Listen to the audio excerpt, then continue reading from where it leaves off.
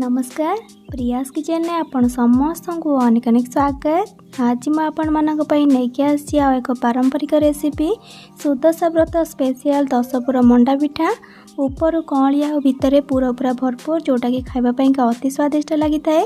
तेबे आगक आसुथिबा सुदशा व्रत रे 10 पुर मंडा पिठा को बनैबा पई का वीडियोटी को फुल वॉच करंतु। आशा करी रेसिपीटी आपण मानक भल लागिबो। भल लगे प्लीज वीडियोटी को लाइक करेंगे, सांग मान सहित शेयर करेंगे। चैनल नुआ थे प्लीज चैनल को सब्सक्राइब करने आ पाखरे छोट bell icon all option click करेंगे जहाँद्वारा मो अपलोड कर मो समस्त वीडियो नोटिफिकेशन आप सर्वप्रथम पाइपर। तेज चलतु डे न करी आज रेसिपी को स्टार्ट करवा।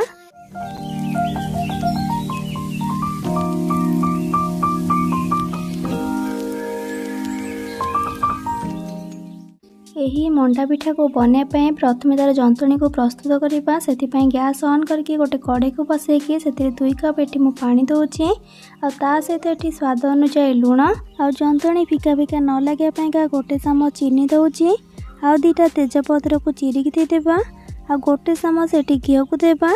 घी देवा द्वारा जंतुणीटा पूरा चिकन भाव में तैयारी हेबो। बस एतिकी को देकी सबको एटी टिके मिसई देकी हाई फ्लेम रे प्रथमे पानी को भल भाव में फुटिबा को छाड़िबा। एठी पानी फुटिबा स्टार्ट हो गलानी।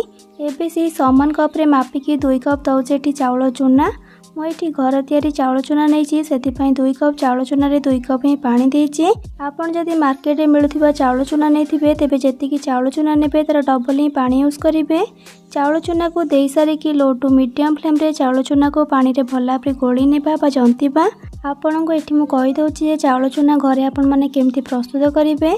प्रथमे अरुआ चाउल को पानी रे 8 ରୁ 10 घंटा पे बतुरी नेबे। तापर ताको 4 ରୁ 5 थर भल भाव में धोईकी गोटे छणा रे छाणीकी फैन तले सुखे नेबे। फैन तले सुखेबा द्वारा अरुआ चाउल भल भाव में पूरा सुखी जिवो।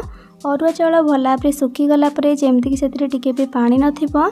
चाउल पूरा पूरी सुखिकी ड्राई गला परे तापर ताको प्लेन करिकी सुखिला मिक्सिंग जार रे ग्राइंड कर नेबे। तापर आपनकर चाउल चूना रेडी हे जिवो। मार्केट रे मिलुथिबा चाउल चूना टू घरे तैयारी चाउल चूना रे बेसी भल लागि थाए मंडा पिठा गुडाक। यह को पूरा कंटिन्यूअसली गोले गोले की लो टू मीडियम फ्लेम रे जंतीबा जेमती कि चाउल चूना भल भाव में जंती कि गोटे जगह हमर जंतणीटा जमा होकी रहइबो। आउ जेते बेले देखिबे कड़ेरु से ऑटोमेटिक छाड़ी आछी ताले आपण जानिबे कि आपनक जंतणीटा परफेक्टली जंती छि बोली।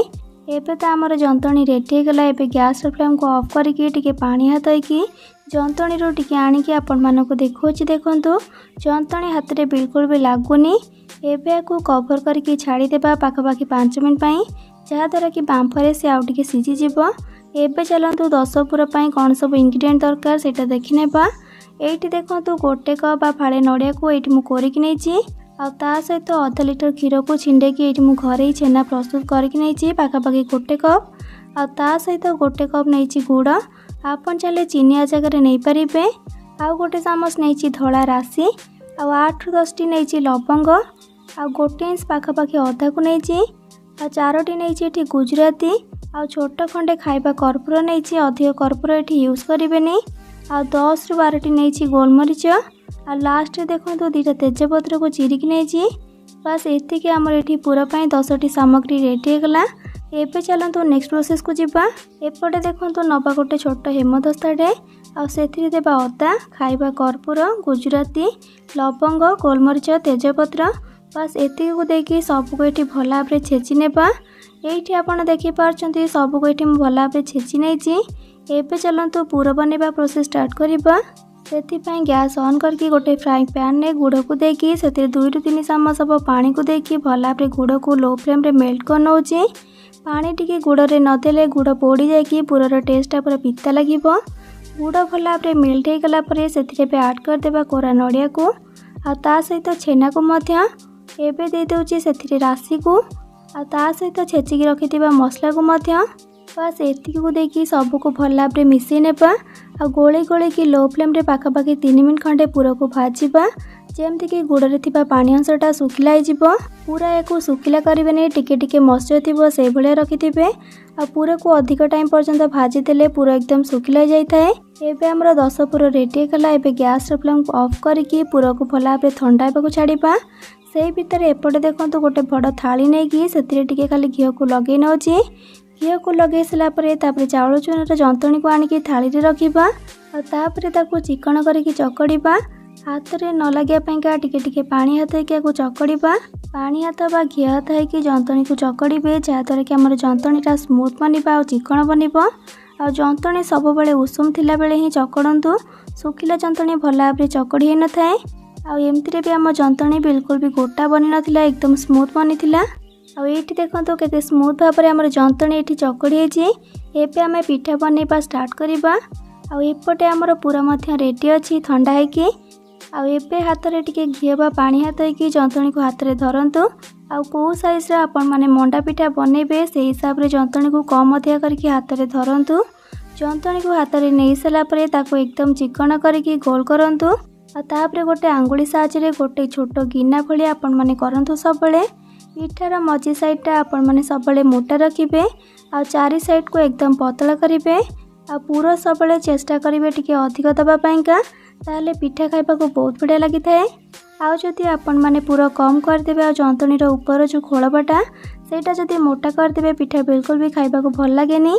पूरा को दे सारिकी हाथ में पूरा को प्रेस करके पिठा को ऊपर को उठातु जमती आपण माने वीडियो रे देखि पारथिबे। अब हाथ को टिके पानी हाथ बा घी हाथ होगी चिकन करनियंतु पिठा को जहाँद्वारा कि पिठाटी फिनिशिंग लगे एकदम चिकन होइथिबो। तो देखो ये आम मंडा पिठाटी रेडी गला ताकू साइड रखिकी सेम प्रोसेस ये आउ गोटे पिठा को आपण मानक बनैकी देखौछि। तो प्रथमे किछि जंतणी हाथ में धरतु आ गोटे पतला गिना बनातु तापर पूरा को देकी हल्का हाथ में पूरा को प्रेस करके जंतणी को हाथ में ऊपर को उठातु जमती मैं आपण मानक वीडियो रे देखौछि। बस उठे सारा हाथ में घी बा पानी लगे चिकन करके पिठा को गोल करनियंतु। पिठाटी जिते चिकन बनवा देखा बहुत बढ़िया लगे। तो ये सेम प्रोसेस रे मु सबजाक मंडा पिठा गुड़ा को बन नहीं आम मंडा पिठा को चलतु सिझेबा। तो सिझापी ये मु गैस ऑन करके गोटे कड़े को बसैकी से 2 मग बा अधिक टे पानी ये दूसरी जिते अधिक पानी टे आड करेंगे। पानी को देकी गैस फ्लेम को हाई करके हाई फ्लेम रे पानी को एकदम टकमक करके फुटवा को छाड़वा। पानी पूरा पूरी फुटिगला तापर गोटी गोटी करके गढ़ी रखि मंडा पिठा को देबा। सबुजाक मंडा पिठा देबा नहीं जी कड़े जगह हम से देबा। मंडा पिठा को दे सारापर सेमती गैस फ्लेम को हाई रे रखिकी या 5 मिनट खंडे सिझा को छाड़वा। पिठा को जितेबाला पानी रे देबे देखिए से बुड़ीक रोथिबो आ जितेबाला से सिझी आसीबो देखिए ऑटोमेटिक से फ्लोट होगी भासीबा को लागिबो। ऊपर भासिले ही जानिबे मंडा पिठा सिझी गला बोली। ये आपड़ देखिपारे पिठा गुड़ाक सिझिकी ऊपर भासवा लगे। एवं को छाणिकी गोटे जगह को बाहर करने इडली स्टैंड रे सिझा अपेक्षा आपड़ यपरी पानी रे पिठा को सिझातु देखिए पिठा बहुत नरम लगी था खाइबापाइंका। पिठा को काढ़ी सारापर ये सेम प्रोसेस रे बाकी सबुजाक पिठा को बनै नेबा। आशा करछि आपण मानकु मोर ए 10 पुर मंडा पिठार रेसिपी पसंद आसथिबो। तेबे आगकू आसुथिबा सुदश व्रतरे एपरी मंडा पिठा को बनातु आ बनैकी खाइला परे किपर लागिला मते कमेंट सेक्शन में निहाती भाबरे जणाइबे। भल लागिले प्लीज वीडियोटी को लाइक करेंगे सांग मानक सहित शेयर करेंगे। चैनल नुआ थिले प्लीज चैनल को सब्सक्राइब करने पाखरे थिबा छोट bell icon all option click करेंगे जहाँद्वारा मो अपलोड को मो समस्त वीडियो नोटिफिकेशंस आपण सर्वप्रथमे पाई परिबे। तेबे आज पई रहउची पुणी आसीबी नुआ एक रेसिपी नेकी से पर्यंत रहिली। Love you all. जय जगन्नाथ।